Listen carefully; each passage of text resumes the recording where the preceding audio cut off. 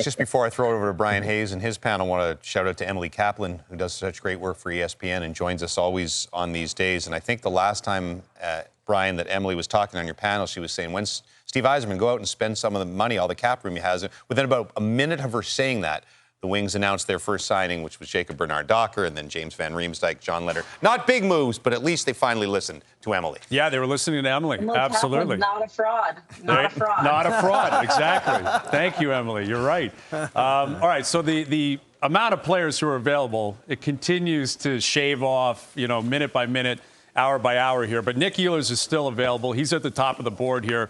And again, there's a lot of teams still with money, with some flexibility, that are looking for talent. Ehlers has all of it. Emily, do you have a team in mind that you think should be pursuing him the hardest?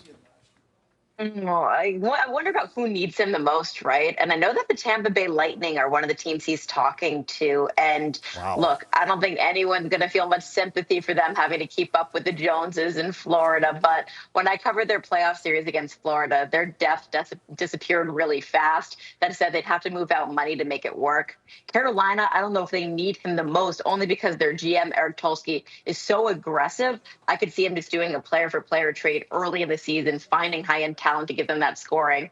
I'm going to pick the Washington Capitals. This is a team that's entering the last year of Alex Ovechkin and John Carlson's contract. We saw them make the playoffs last year and look really great under Spencer Carberry, but I'd love to see what Nikolaj Ehlers would look like opposite Tom Wilson's wing, and then you can move Connor McMichael to a center role more permanently.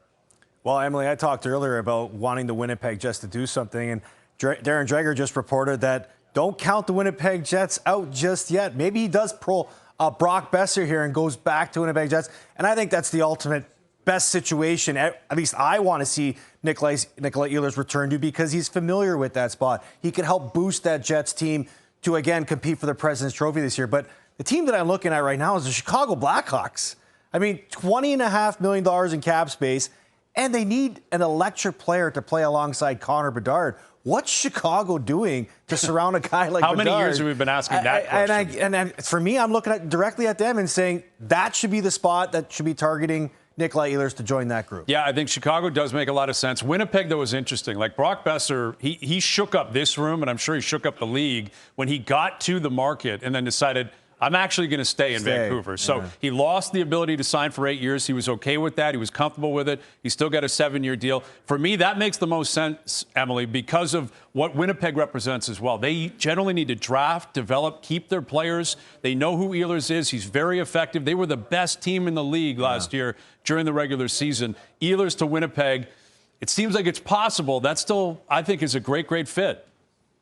Yeah, pardon me on Canada Day for not thinking of the Canadian team. Of course, Winnipeg is the team that actually would need Nikolaj Ehlers the most because of the reasons that you outlined. They know who they are. They know they're not the team that's bringing in the top-level free agents. They've got to draft and develop. I think the fact that we've gotten to this point, though, knowing the way that he's actually doing his due diligence today, right? We keep talking about tampering. I hear he's on the phones with coaches. He's hearing the pitches. I just think once he finds out what's out there, once he finds out about that warm weather that's going to feel so good for his body and extend his career, I have a hard time imagining him going back. Yeah, I like the idea of a player calling coaches and saying, right? Isn't that what free agency should be? Absolutely. Don't talk to my agent. Talk to me. I want to know what you see in me and how I can fit into your system. I really like that play by Nick Ehlers, and he's still out there, James. We'll see if he ends up signing in the next hour or so.